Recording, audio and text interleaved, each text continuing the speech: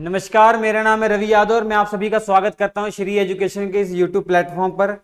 बच्चों, प्राचीन भारत का इतिहास हमने शुरू किया हुआ है, तो मैंने आपसे वादा किया है कंप्लीट करके ही छोड़ेंगे।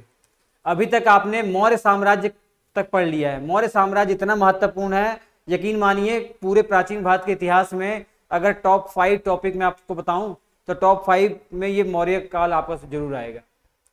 मौर्य वंश में सबसे इंपॉर्टेंट जो शख्स हैं, इंपॉर्टेंट कैरेक्टर हैं, वो सम्राट अशोक। उनके जीवन के बारे में आपको पढ़ना है और उनके जीवन से संबंधित तो पढ़ना ही पढ़ना है। इसके अलावा आपका जो उनके अभिलेख हैं वो बहुत महत्वपूर्ण हो जा रहे हैं। उनके जो अभिलेख है जिसमें शिलालेख आपको पढ़ने हैं, स्तंभ लेख पढ़ने हैं और गुहा लेख पढ़ने हैं, वो बहुत अच्छे से पढ़ लिए, मैंने कंप्लीट करवा दिया है। अब उनकी मृत्यु के बाद उनके जो उत्तराधिकारी थे इतने दुर्बल थे कि मात्र 50 वर्षों के अंदर कंप्लीट मौर्य साम्राज्य ढह गया। तो जो इतिहासकार हैं, विश्लेषक हैं, वो हैरान होते हैं कि इतना बड़ा साम्राज्य लगभग पूरे भारत पर जिसका अधिकार हो गया है, वो मात्र एक शासक की मृत्यु के बाद मात्र 50 वर्षों के अंदर ढह गया। ये एक अचंभव वाली बात थी। तो इस कारण से किस इतिहासकार के क्या मत हैं इनके पतन के होने के, वो सब मैंने आपको बता दिया। अब मौर्य साम्राज्य के पतन के बाद कुछ शासक इंडिया में हुए हैं। इस समय को मौर्योत्तर काल कहते हैं। मौर्य काल के बाद के टाइम पीरियड को मौर्योत्तर काल कहते हैं। इसमें कुछ छोटे छोटे राजवंशों के बारे में पढ़ना है, जैसे शुंग वंश, कर्ण वंश, सातवाहन वंश। ये जब इंडिया में चल रहे थे तो उसी समय विदेशी आक्रमण भी हो रहे थे। तो विदेशी आक्रमण किसके हुए? हिंद यवन आक्रमण या हिंद यूनानी आक्रमण, इंडो ग्रीक आक्रमण, हिंद पार्थियन या पहलव आक्रमण, शक आक्रमण, कुषाण वंश का आक्रमण। अब ये समझने का प्रयास कीजिए कि जब मौर्य साम्राज्य स्थापित नहीं हुआ था, उससे पहले हर्यक वंश पढ़ा आपने, शिशुनाग वंश पढ़ा आपने, नंद वंश पढ़ा। तो जब ये 3 जो शासनकाल चल रहे थे, 3 वंश चल रहे थे, तब भी भारत पर आक्रमण हुआ था, विदेशी आक्रमण। किसका? ईरानी और यूनानी आक्रमण।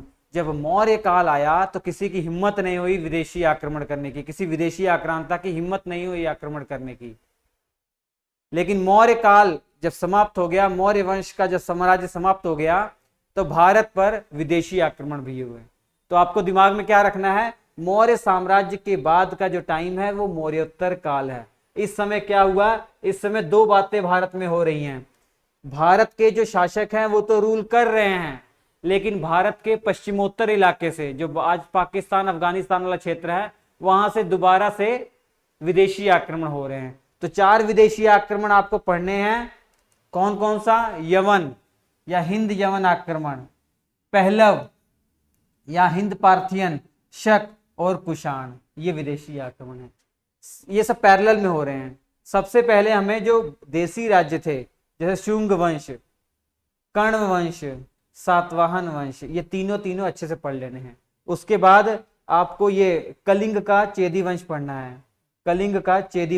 है, जिसमें सबसे महत्वपूर्ण शासक खारवेल आएंगे। तो शुंग वंश कैसे स्थापित हुआ मैंने बता दिया। बृहद्रथ की हत्या हो गई थी, उसके बाद शुंग वंश की स्थापना हुई। ऐसे ही शुंग वंश के अंतिम शासक की हत्या कर देंगे कर्ण वंश के संस्थापक, और इसी प्रकार सातवाहन वंश की भी शुरुआत होगी। तो चलिए डिटेल में हम पढ़ते हैं। ये जो क्लास नोट्स है, बहुत बेहतरीन क्लास नोट्स हैं। मैं आपको बता दूं, यूपी पीसीएस का अभी पेपर देख लीजिए जो 14 मई को हुआ था। उसमें जितने भी इतिहास के क्वेश्चन आए हुए हैं ना, मैं गर्व के साथ कह रहा हूं कि वो हमारे इस नोट्स के माध्यम से आए हुए हैं। मैं हैरान हो गया कि जितने भी क्वेश्चन आए सब हमारे इस नोट्स से आए हैं। ये अगर आपको नोट्स चाहिए तो आप श्री एजुकेशन एप्लीकेशन पर इसके पीडीएफ डाउनलोड कर सकते हैं। अगर आपको हार्ड कॉपी चाहिए तो आप हमें कांटेक्ट कर सकते हैं। ये हार्ड कॉपी आपको पार्सल कर दी जाएगी। ये हार्ड कॉपी जो है पूरा डायग्राम तरीके से, बहुत सिंपल तरीके से आपको पढ़ाया गया है, इसमें बहुत आनंद आ जाएगा। अगर इतिहास आपको मुश्किल लगता है तो ये पढ़ने के बाद बहुत आसान आपके लिए हो जाएगा। ये कैसे मिलेगा हार्ड कॉपी आपको? ये जो हमारे क्लास नोट्स है कैसे आप पा पाएंगे? सबसे पहले आपको 7888774245 हमारे व्हाट्सएप पे अपना एड्रेस विद पिन कोड भेज देना है 7888774245 और यही हमारा गूगल पे फोन पे नंबर है। इसी पे आप पेमेंट करके स्क्रीनशॉट भेज दीजिए तो 3 से 4 दिन में आपके घर पे ये पहुंच जाएगा।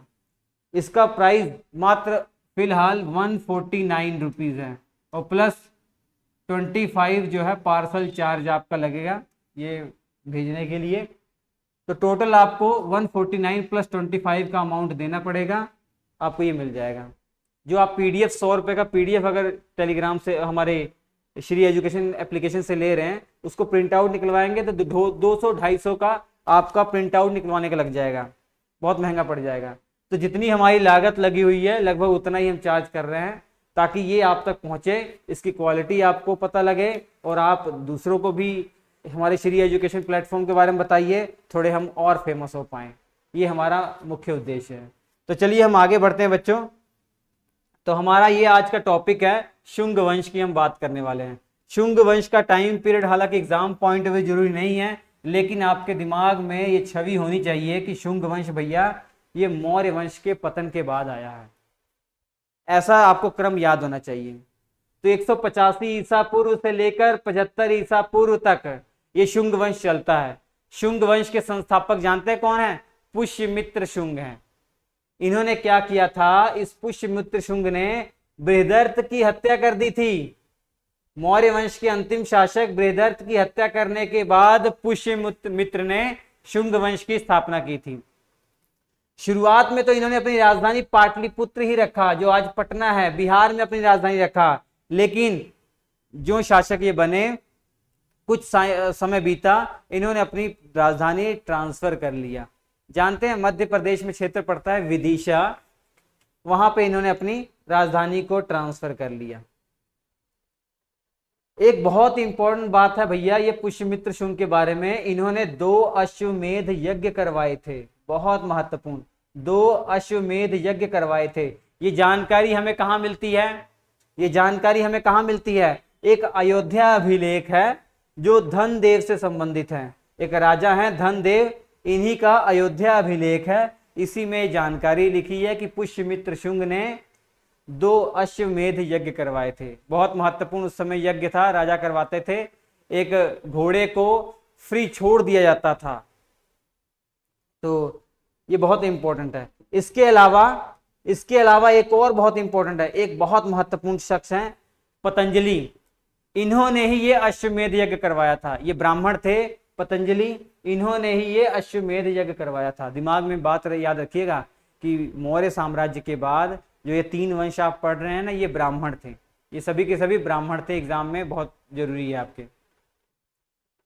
तो अश्वमेध यज्ञ जो करवाए थे वो पुरोहित या पंडित कौन थे? पतंजलि। पतंजलि की एक रचना है, पतंजलि ने एक पुस्तक लिखी है महाभाष्य। ये एग्जाम में न जाने कितनी बार पूछा जा चुका है। महाभाष्य किसकी रचना है? तो पतंजलि साहब की रचना है। महाभाष्य के रचयिता कौन है? पतंजलि। ठीक, ऐसा कहा जाता है, बौद्ध ग्रंथों में लिखा हुआ है कि जो पुष्यमित्र शुंग थे ना, ये बौद्ध धर्म के बहुत कट्टर विरोधी थे। पुष्यमित्र शुंग बौद्ध धर्म के कट्टर विरोधी थे, ऐसा बौद्ध ग्रंथों में लिखा हुआ है। कई बौद्ध ग्रंथ है, जैसे फॉर एग्जाम्पल के तौर पर दिव्य वादन, ये एक बौद्ध ग्रंथ है। इसमें यह लिखा हुआ है कि पुष्यमित्र शुंग बौद्ध धर्म के विरोधी थे। लेकिन कई इतिहासकार इस बात को नहीं मानते।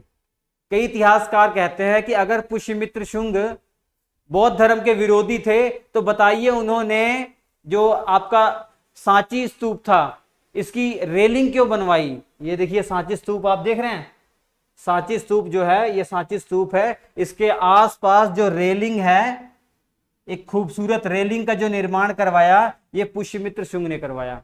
तो इसी बात को लेकर कई इतिहासकार कहते हैं कि अच्छा ये बताइए, अगर आप कहते हैं कि ये बौद्ध धर्म के विरोधी थे तो बौद्ध धर्म के लिए काम क्यों कर रहे हैं?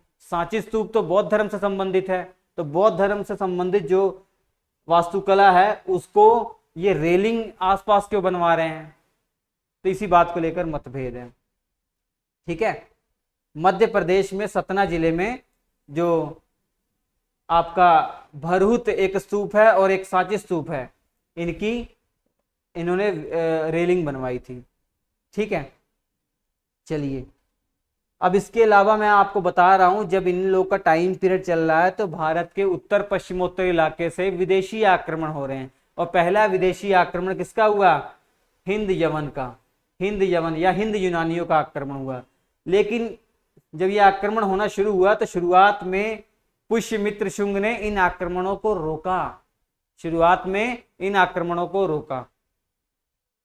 अब जब पुष्यमित्र शुंग की मृत्यु हो गई तो पुष्यमित्र के पुत्र का नाम है अग्निमित्र, वो इस साम्राज्य के उत्तराधिकारी बने, वो इस साम्राज्य के उत्तराधिकारी बने। तो ये अग्निमित्र का नाम बहुत इंपॉर्टेंट है, याद रखिएगा। क्यों इंपॉर्टेंट है? क्योंकि कालिदास जो थे इनकी एक रचना है, इन्होंने एक पुस्तक लिखी है, उस पुस्तक का नाम है मालविका अग्निमित्रम, मालविका अग्निमित्रम। ये पुस्तक पता क्या है? इस पुस्तक में लव स्टोरी लिखी हुई है। किसकी लव स्टोरी?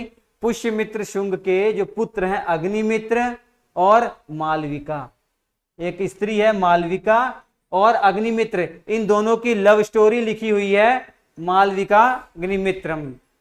ठीक है, देखिए बच्चों, जब अग्निमित्र की मृत्यु हो जाती है तो उसके बाद कुछ और शासक आते हैं, उनको याद नहीं रखना बिल्कुल आपको, उनके बारे में कोई भी ऐसी चीज नहीं है जो परीक्षा दृष्टि से महत्वपूर्ण है, बस आपकी नॉलेज के लिए उनके नाम मैंने लिख दिए हैं। जैसे वसुज्येष्ठ है, वसुमित्र हैं, आंध्रक है, इन्हें भद्रक भी कहा गया है। ठीक है, कुछ और शासक है, घोष, भागभद्र, देवभूति, ये अग्निमित्र के बाद आए हैं। आपको मात्र शुंग वंश में 2 शासकों के बारे में याद रखना है, पुष्यमित्र शुंग के बारे में, उनके पुत्र अग्निमित्र के बारे में। कालिदास का जिक्र यहाँ पर आया है, मालविका अग्निमित्रम, ये पुस्तक आप याद रखिएगा जिसमें मालविका और अग्निमित्र की लव स्टोरी लिखी हुई है, ये बहुत महत्वपूर्ण हो जाता है। और एक नोट बहुत महत्वपूर्ण याद कर लीजिएगा, नोट ये है, देखिए हेलियोडोरस स्तंभ, देखिए हेलियोडोरस स्तंभ या इसे गरुड़ स्तंभ भी कहते हैं। यहां पर देख रहे हैं तस्वीर, यह है गरुड़ स्तंभ, ये गरुड़ स्तंभ बहुत महत्वपूर्ण है। इसे जानते किसने बनवाया था? इसे हेलियोडोरस ने बनवाया था। इसे देखिए हेलियोडोरस ने बनवाया था। इसे किसने बनवाया था? हेलियोडोरस ने। तो जो इंपॉर्टेंट है परीक्षा दृष्टि से, पहले वो नोट कीजिए, हेलियोडोरस ने। ये कहां पर है? मध्य प्रदेश में है। ये कहां पर है? मध्य प्रदेश में है। ये कहां पे है? मध्य प्रदेश में। इस हेलियोडोरस स्तंभ को और किस नाम से जाना जाता है? तो गरुड़ स्तंभ के नाम से जाना जाता है, गरुड़ स्तंभ के नाम से जाना जाता है। कहां पे है? मध्य प्रदेश के अंदर है। किस जिले में है? विदिशा जिले में है। और विदिशा जिले के अंदर एक जगह पड़ती है बेसनगर, यहाँ पे देखिए लिखा हुआ सारी इंफॉर्मेशन, बेसनगर इसी के पास स्थित है। समय कब का है? कब का ये बना हुआ है? 110 ईसा पूर्व का बना हुआ है। 110 ईसा पूर्व का बना हुआ है। कब का बना हुआ है? 110 ईसा पूर्व का बना हुआ है। अब ये क्यों मैं आपको पढ़ा रहा हूं? देखिए जो हेलियोडोरस स्तंभ है ये खुद हेलियोडोरस ने बनवाया था। हेलियोडोरस आप जानते हैं कौन थे? हेलियोडोरस एक राजदूत थे। किसके राजदूत थे? अंतलिखित के राजदूत थे। और अंतलिखित कौन है? हिंद यूनानी एक राजा थे। जो अभी विदेशी आक्रमण होने वाला है ना, हिंद यवन का या हिंद यूनानी, उसमें एक शासक हुए हैं अंतलिखित। उसमें एक शासक हुए हैं, यहां पे देखिए नाम लिखा होगा अंतलिखित।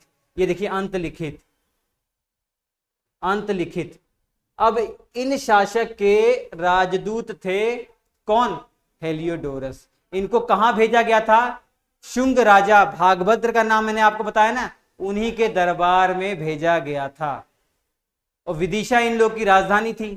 किसकी? शुंग वंश के शासकों की राजधानी विदिशा थी। और विदिशा में जब ये आए राज दरबार में, वहीं पर रहे और वहीं पे इन्होंने एक स्तंभ बनवाया, उस पे अभिलेख लिखवाया, उसे बहुत सारे लेख लिखवाए हैं। उन अभिलेखों को पढ़ के हमारे इतिहासकारों को बहुत सारी जानकारी मिली है जो आज हम पढ़ रहे हैं। तो अभी मैंने नोट क्या लिखवाया, बहुत महत्वपूर्ण नोट्स है एग्जाम के लिए। हेलियोडोरस महाशय थे एक राजदूत, किसके दरबार में आए थे? शुंग वंश के शासक भागभद्र के दरबार में आए थे। किसने भेजा था? हिंद यूनानी शासक अंतलिखित ने भेजा था। जब ये दरबार में आए, विदिशा के अंदर आए, उसके बाद कुछ दिन यहां रहे और यहां पे एक गरुड़ स्तंभ बनवाया, जिसे हेलियोडोरस स्तंभ भी कहते हैं। इतनी बातें याद रखनी है। कब की बात है? 110 ईसा पूर्व की बात है, 110 ईसा पूर्व की बात है। चलिए, तो ये हो गया आपको। अब मैंने आपको और क्या बताया कि भैया जहां पर जो आप अंतिम शासक देख रहे हैं वो देवभूति हैं। अंतिम शासक कौन है? देवभूति। और देवभूति की हत्या पता किसने कर दी? इन्हीं के सेनापति ने कर दी, इन्हीं के मंत्री ने कर दी। उनका नाम है भैया वसुदेव। वसुदेव, उनका नाम है वसुदेव। और वसुदेव ने इनकी हत्या करने के बाद किस वंश की स्थापना की? कर्ण वंश की स्थापना की। कर्ण वंश की स्थापना। कर्ण वंश के संस्थापक कौन है? वसुदेव हैं। और इन्होंने किसकी हत्या करने के बाद कर्ण वंश की स्थापना की? देवभूति की हत्या करने के बाद कर्ण वंश की स्थापना की इन्होंने। अब चलिए हम पढ़ते हैं कर्ण वंश के बारे में। इनका टाइम पीरियड 75 ईसा पूर्व से लेकर 30 ईसा पूर्व तक रहता है। लगभग 45 वर्षों तक इनका पूरा साम्राज्य रहता है। संस्थापक मैंने आपको बता दिया वसुदेव। देवभूति की हत्या करने के बाद शुंग वंश को समाप्त कर दिया इन्होंने और कर्ण वंश की स्थापना कर दी। राजधानी शुंग वंश वालों की राजधानी क्या थी? विदिशा में थी, मध्य प्रदेश वाले इलाके में। लेकिन इन्होंने अपनी राजधानी कहां बना ली? दोबारा से पाटलिपुत्र बना लिया, बिहार वाले साइड में। ठीक है, आपको पता है कि कर्ण वंश के बारे में जो ज्यादातर जानकारी हम पढ़ रहे हैं वो कहां से ली गई है? वो ली गई है हर्षचरित्र एक पुस्तक है। हर्षचरित्र एक पुस्तक है। किसने लिखी है? बाणभट्ट ने। बाणभट्ट ने लिखी है। अभी जब गुप्त साम्राज्य के बाद का टाइम पीरियड आएगा, गुप्तोत्तर काल, उसमें भी इनका नाम आएगा बाणभट्ट। ये तब के हैं, उस समय के हैं। हर्षचरित्र, हर्षवर्धन राजा के बारे में भी इसमें बहुत सारी जानकारी मिलती है। ये भी ब्राह्मण थे बच्चों। जैसे शुंग वंश के राजा ब्राह्मण थे ना, वैसे ही ये भी ब्राह्मण थे, मैंने पहले ही आपको बताया था। अब वसुदेव ने 9 वर्षों तक शासन किया। 9 वर्षों तक इन्होंने जब शासन किया और इसके बाद इनके जो उत्तराधिकारी थे वो सब दुर्बल उत्तराधिकारी थे। सब दुर्बल उत्तराधिकारी थे, जिसमें कुछ उत्तराधिकारियों के नाम यहां लिखे हुए हैं। भूमिमित्र 14 वर्षों तक शासन किया। नारायण 12 वर्षों तक शासन किया। आखिरी सुशर्मा। सुशर्मा या सुशर्मन भी कहीं कहीं किताबों में लिखा हुआ आपको। ये 10 वर्षों तक रूल करते हैं। इसके बाद इनकी मृत्यु हो जाती है। इनकी मृत्यु हो जाती है और कर्ण राजवंश समाप्त हो जाता है। अब इसके बाद कौन सा वंश है? सातवाहन वंश। सातवाहन वंश को आंध्र सातवाहन वंश भी कहते हैं। आंध्र सातवाहन वंश भी कहते हैं, क्योंकि पुराणों में इनका नाम आंध्र लिखा हुआ है और अभिलेखों में सातवाहन लिखा हुआ है, इसलिए इनको सम्मिलित रूप से आंध्र सातवाहन वंश भी बोल दिया जाता है। ठीक है, लगभग 300 वर्षों तक शासन किया। 60 ईसा पूर्व से लेकर 250 ईस्वी तक। ये 60 ईसा पूर्व है, 60 बीसी, फिर उसके बाद 0 आएगा, उसके बाद एडी जब शुरुआत हो जाता है तो 250 एडी। तो टाइम 250 वर्ष इधर, 60 इधर, तो लगभग 300 वर्षों तक इन्होंने शासन किया। इनकी राजधानी जानते कहां है? महाराष्ट्र के अंदर एक जगह है प्रतिष्ठान, या पाटन भी इसे कहा गया है। सातवाहन की राजधानी पूछा जाता है एग्जाम में, महाराष्ट्र में एक जगह पड़ती है प्रतिष्ठान या पाटन, ये इनकी राजधानी रही है। ये इनकी राजधानी रही है। लेकिन शुरुआत में जो राजधानी थी ना वो अमरावती थी। ये अमरावती आंध्र प्रदेश वाला नहीं है, ये अमरावती मध्य आप क्या महाराष्ट्र में पड़ता है, महाराष्ट्र वाला अमरावती है। शुरुआत में राजधानी अमरावती थी, बाद में प्रतिष्ठान कर दी गई, जिसे पाटन भी कहा गया। ये मैप में देखिए इनका ये साम्राज्य इतनी दूरी तक फैला हुआ था। मुख्य तौर पर यहाँ पे महाराष्ट्र वाला, मध्य प्रदेश वाला इलाका, गुजरात का कुछ इलाका है, ये सब है, राजस्थान का भी कुछ इलाका है, इस इलाके में ये फैले हुए थे।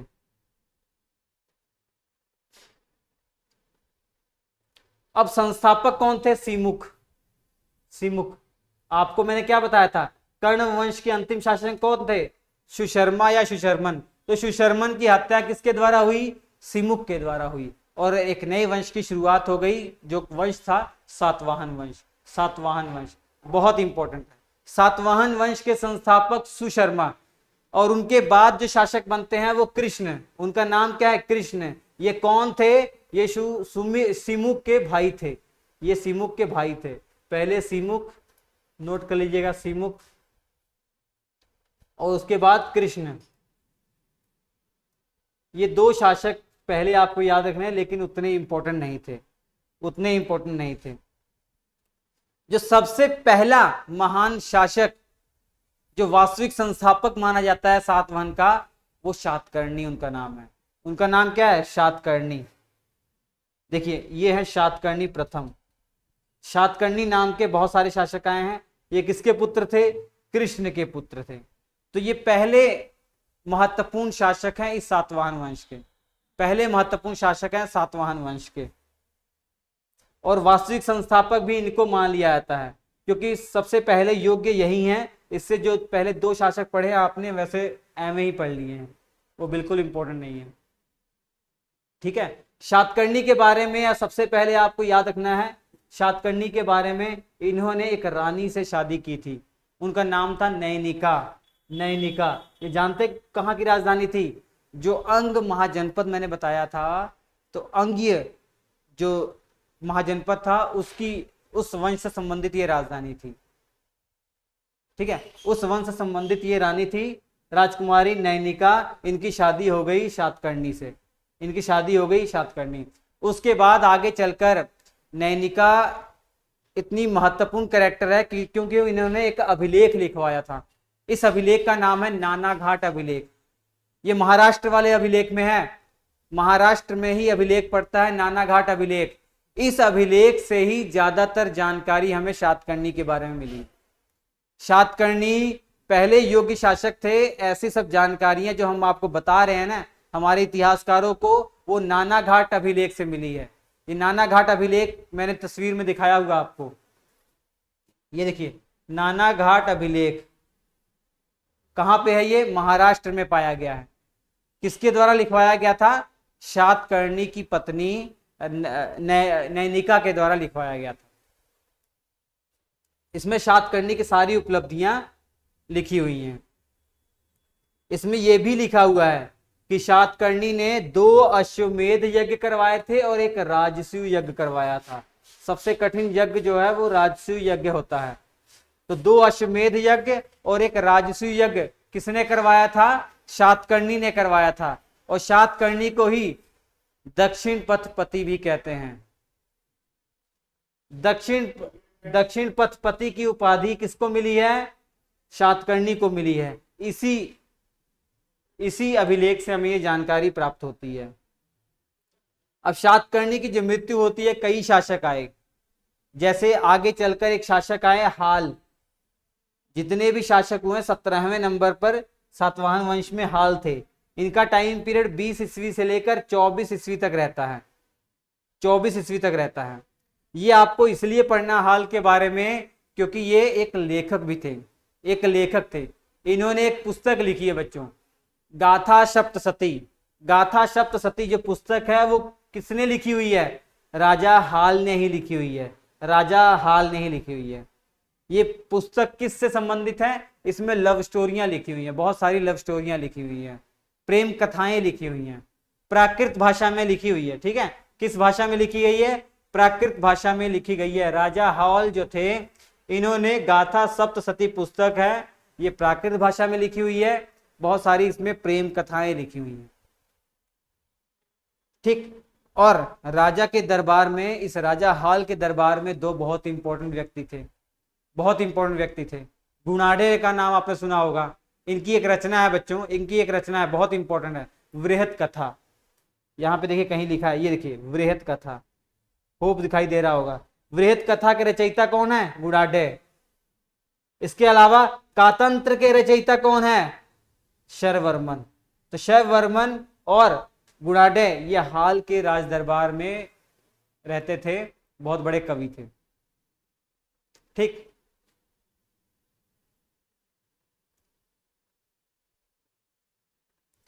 अब बारी आती है जहां से सबसे ज्यादा प्रश्न पूछे जाते हैं। सबसे महत्वपूर्ण जो शासक हुए हैं इस सातवाहन वंश के, वो गोमती पुत्र सातकर्णी हैं। देखिए सबसे महान शासक है गोमती पुत्र सातकर्णी। इससे पहले तो सातकर्णी के बारे में आपने सुना, तो सातकर्णी के कई वर्षों बाद, कई पुश्तें बीत गई, उसके बाद एक व्यक्ति का जन्म होता है जो सबसे महान शासक कहलाता है इस सातवाहन वंश का, गोमती पुत्र सातकर्णी। 106 ईस्वी से लेकर 130 ईस्वी तक इनका टाइम पीरियड रहता है। मैंने बताया मौर्य वंश के बाद जो 3 वंश आप पढ़ रहे हैं ना, शुंग वंश, कर्ण वंश और आपका सातवाहन वंश, ये तीनों के तीनों जो शासक थे इसके सभी ब्राह्मण थे, तो ये भी ब्राह्मण ही थे। एक नासिक अभिलेख है, महाराष्ट्र में अभिलेख है नासिक अभिलेख, इससे हमें बहुत सारी जानकारी गोमती पुत्र सातकर्णी के बारे में मिलती है। इस नासिक अभिलेख में इन्होंने अपने आप को एकमात्र ब्राह्मण लिखवाया है, अद्वितीय ब्राह्मण, मतलब एकमात्र ब्राह्मण इन्होंने इस नासिक अभिलेख में लिखवाया है, तो बहुत महत्वपूर्ण है। ठीक है, तो एक नोट करने वाली बात यह है कि परीक्षा में बहुत बार पूछा गया है कि गोमती पुत्र सातकर्णी की उपाधियां क्या क्या है। तो 2 उपाधियां तो अभी आपको याद हो गई, एकमात्र ब्राह्मण और अद्वितीय ब्राह्मण, और तीसरी आपकी है बच्चों वेणकटक। वेणकटक की भी उपाधि ये खुद इन्होंने ही ग्रहण की थी, गोमती पुत्र सातकर्णी। तो गोमती पुत्र सातकर्णी संबंधित 3 उपाधियां आपको अभी के अभी याद करनी है, वेणकटक, अद्वितीय ब्राह्मण और एकमात्र ब्राह्मण, ये याद होना चाहिए। वेणकटक नाम से एक नगर भी बसा हुआ है महाराष्ट्र में, नासिक वाले क्षेत्र में, नासिक जिले में एक नगर भी है वेणकटक। ये किसके नाम पे है? गोमती पुत्र सातकर्णी के ही नाम पर है। अब 130 ईसा पूर्व के 130 ईस्वी के आसपास गोमती पुत्र सातकर्णी की जब मृत्यु हो जाती है, तो इसके बाद इनके जो पुत्र बनते हैं वो विशिष्टी पुत्र पुलवामी गद्दी पर बैठते हैं।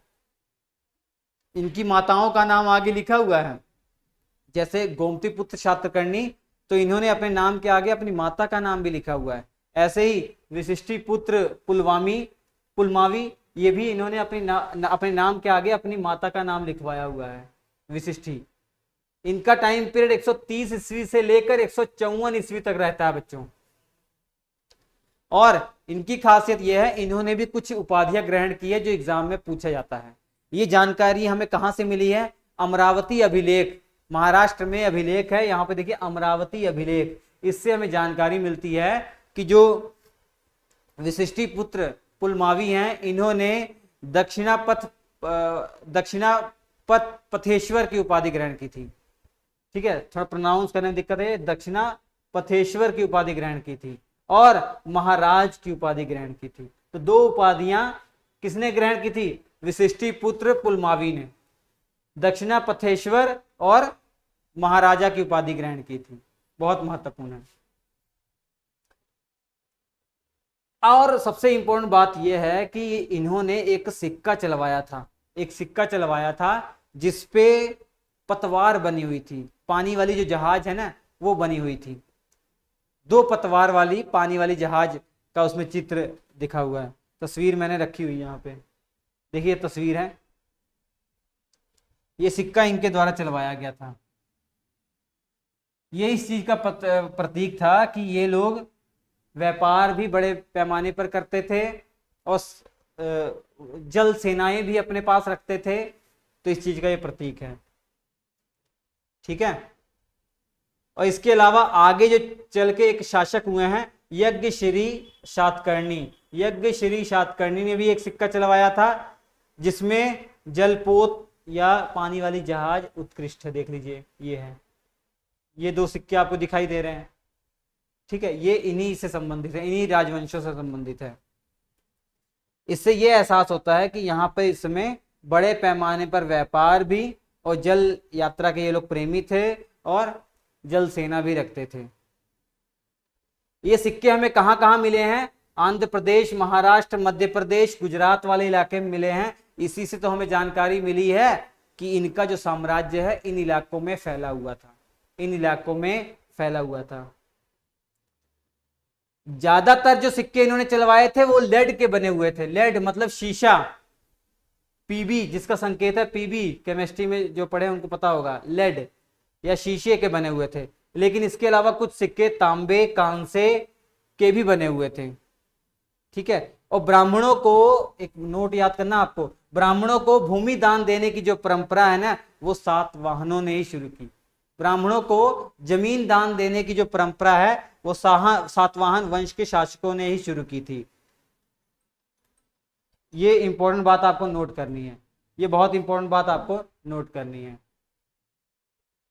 अब इनके राज की भाषा क्या थी, राजकाज की भाषा क्या थी, राजकीय भाषा क्या थी, प्राकृत भाषा थी।